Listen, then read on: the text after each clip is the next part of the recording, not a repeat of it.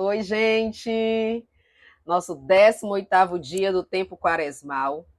E hoje a liturgia da igreja nos apresenta um Deus rico em misericórdia.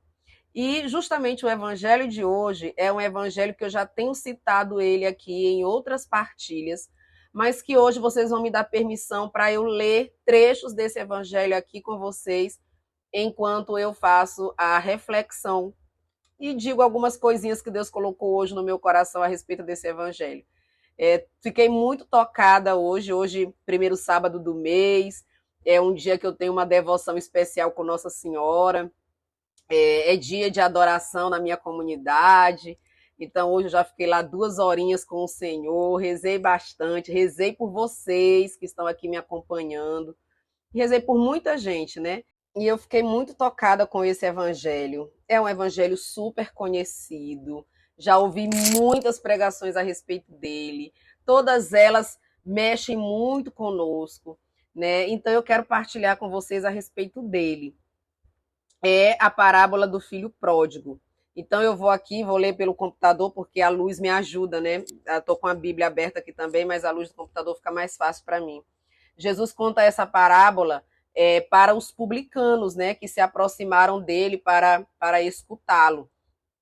E aí ele diz assim: um homem tinha 2 filhos. O filho mais novo disse ao pai: dá-me a parte da herança que me cabe. E o pai dividiu os bens entre eles. Poucos dias depois, o filho mais novo juntou o que era seu e partiu para um lugar distante. E ali esbanjou tudo o que tinha. Tá? Então ele gastou tudo o que ele tinha numa vida desenfreada. Quando tinha gasto tudo que possuía, houve uma grande fome naquela região e ele começou a passar necessidade. Então ele foi pedir trabalho para um homem do lugar, e aí esse homem mandou ele ir cuidar dos porcos, né? E para matar a fome, ele tinha que comer a comida dos porcos, né? Até que ele caiu em si e se lembrou que os empregados da casa do pai dele comiam muito melhor, né? Da casa do pai dele tem muita fartura e ele estava ali morrendo de fome. E aí ele pensou: vou me embora, vou voltar para a casa do meu pai e vou dizer a ele que pequei contra Deus e contra ele, que não mereço mais ser chamado de seu filho, mas para que ele me trate pelo menos como um de seus empregados. E aí ele partiu para encontrar com seu pai. Quando ele ainda estava longe, no meio do caminho, o seu pai o avistou e teve compaixão, atributo de Deus. Teve compaixão, teve misericórdia. Correu-lhe ao encontro, abraçou e o cobriu de beijos. O filho então disse, né, pai, pequei contra Deus e contra ti, já não mereço ser chamado de teu filho. Mas ao invés disso, o pai mandou chamar os empregados e disse: traze-lhe a melhor túnica, coloca um anel no seu dedo, sandália nos pés, trazei um novilho gordo e matai-o. Vamos fazer um banquete, porque este meu filho estava morto, tornou a viver, estava perdido e foi encontrado. E começaram a festa. Na continuidade do evangelho, o filho mais velho chega, fica muito zangado, começa a reclamar com o pai, porque o irmão tinha ido embora, tinha gasto tudo e ele estava lá trabalhando. E aí o irmão mais velho vai argumentar com o pai que ele é obediente, que tem estado sempre com ele, que nunca ele deu para ele um novilho para ele celebrar com os amigos. E o pai vai dizer para ele: tudo que é meu é teu, mas esse teu irmão estava perdido e voltou à vida. Essa é palavra de salvação para nós, queridos irmãos. Alguns pontos que eu acho importante nós refletirmos no dia de hoje. Primeira coisa, o nosso Pai, Deus, ele nos deu tudo. Ele nos deu a vida. E por meio do sofrimento de Jesus, nós nos tornamos novamente herdeiros do paraíso. Aqui nesta parábola, o filho perde a herança ao pai com o pai ainda vivo, o que não é de praxe, porque herança é uma recompensa que você recebe após a morte dos seus pais. Então, pedir a herança para o pai que ainda está vivo é como dizer: você está morto para mim, eu não quero mais ter parte contigo, me dá aquilo que é meu e eu vou viver a minha vida. E foi de fato o que aconteceu. Ele recebeu a sua herança, o pai não fez questão de prender o filho junto de si, ele não fez questão de ter alguém ao seu lado que não o amava suficiente para continuar junto dele e esperar que ele morresse para receber a sua herança. E isso é uma coisa que é muito interessante, porque o nosso Deus, ele é assim. Ele nos deu liberdade. E a liberdade, o livre-arbítrio, é o que nos faz sermos semelhantes a Deus. Nós não somos obrigados a ficar com Deus, nós não somos obrigados a amar a Deus, nós não somos obrigados a obedecer a Deus, nós não somos obrigados a continuar junto de Deus. Deus faz conosco, então, como este pai fez com o filho. Ele nos deixa livre para gastarmos e esbanjarmos os nossos bens como nos aprouver. E como nós temos gasto os bens que Deus nos dá? Nós também, muitas vezes, nos afastamos desse pai. Nós usamos muito mal o nosso livre-arbítrio e levamos uma vida distante de Deus. Levamos uma vida como se o pai não existisse, como se ele não tivesse valor, como se ele tivesse a obrigação de nos dar tudo o que nós queremos, sem que nós tenhamos responsabilidade com ele.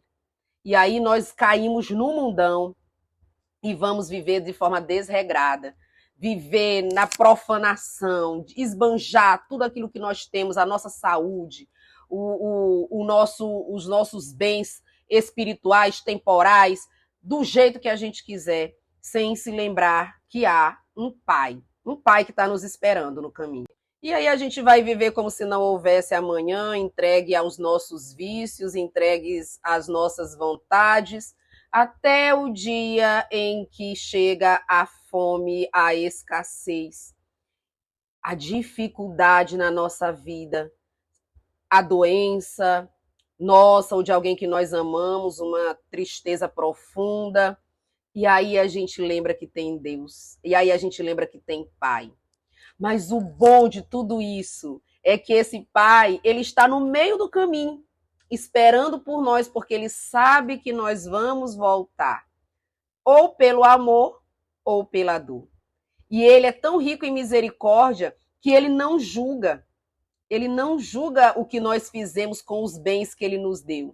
Ele quer apenas que nós voltemos para ele. E ele nos acolhe com um abraço do tamanho do mundo. O profeta Miqueias, no capítulo 7, ele vai dizer assim: qual Deus existe como tu, que apagas a iniquidade e esqueces o pecado daqueles que são resto de tua propriedade? Não existe Deus como o nosso, queridos irmãos. Não existe Deus como o nosso, que é rico em misericórdia e inclinado ao perdão. Então, hoje eu quero falar com você que pediu os seus bens, pediu a sua herança, se afastou de Deus e tem vivido como se ele não existisse. Eu quero falar com você que tem gasto todos os seus bens nos vícios, na prostituição, nas drogas, na bebedeira. Eu quero falar com você que abandonou as suas assembleias, ou seja, você que abandonou a igreja, você que abandonou sua pastoral, você que abandonou o seu grupo de oração. É para você que eu quero falar. Eu quero falar com você que está revoltado com Deus porque está passando por uma grande tribulação na sua vida. Uma tribulação no casamento, na vida familiar, uma tribulação na doença, uma perda de alguém que era muito importante e que por isso você se afastou de Deus e não quer mais saber porque acha que esse Deus é mau e que ele não te ama. Eu quero falar com você, porque eu já passei também por momentos de muitas dificuldades. Duas eu posso citar para você. Quando eu perdi a minha mãe aos 16 anos, quase 17, eu fiquei muito revoltada com Deus. Muito revoltada com Deus. Mas mesmo assim, eu não me afastei dele. Eu fiquei ali perto, zangada. Sabe aquela filha emburrada? Era eu. Emburrada, mas perto. Eu não abandonei o pai.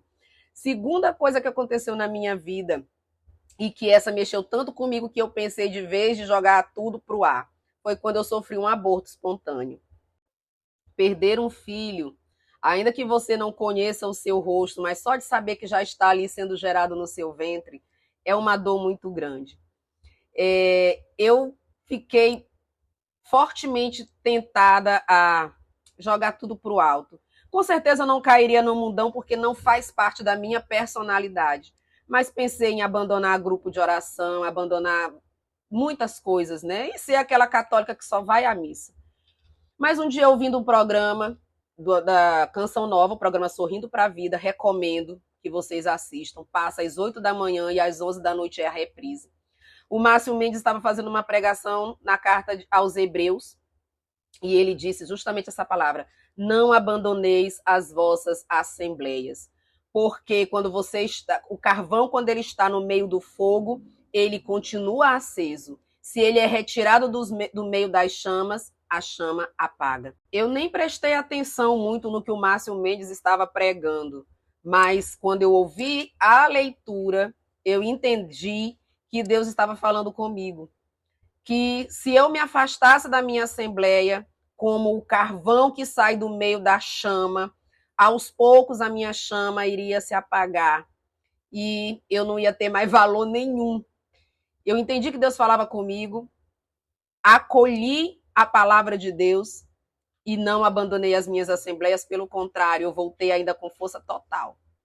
Então eu quero dizer para você que está longe de Deus, que está vivendo como um filho pródigo, esbanjando todos os seus bens, como se Deus não existisse, como se Deus não te amasse. Isto não é verdade.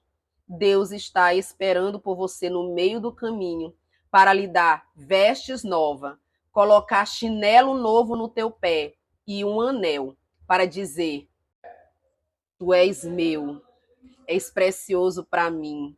Eu te conheço desde o ventre materno. Eu nunca te abandonei, ainda que a tua mãe te abandonasse, diz o profeta. Deus não se esqueceria de ti. Ele está, como o pai do filho pródigo, no meio do caminho, esperando por você. Volte para Deus. Volte para as suas assembleias. Volte para o meio dos seus irmãos. Abandone o pecado. Arrependa-se de tudo aquilo que você fez, de todo o esbanjamento que você tem cometido na sua vida. Arrependa-se e volte para a casa do Pai. Deixe de comer lavagem de porco, porque o teu Pai, o teu Deus que te ama, tem um banquete esperando por ti. Então não perca mais tempo. Volte para casa. Tchau, tchau.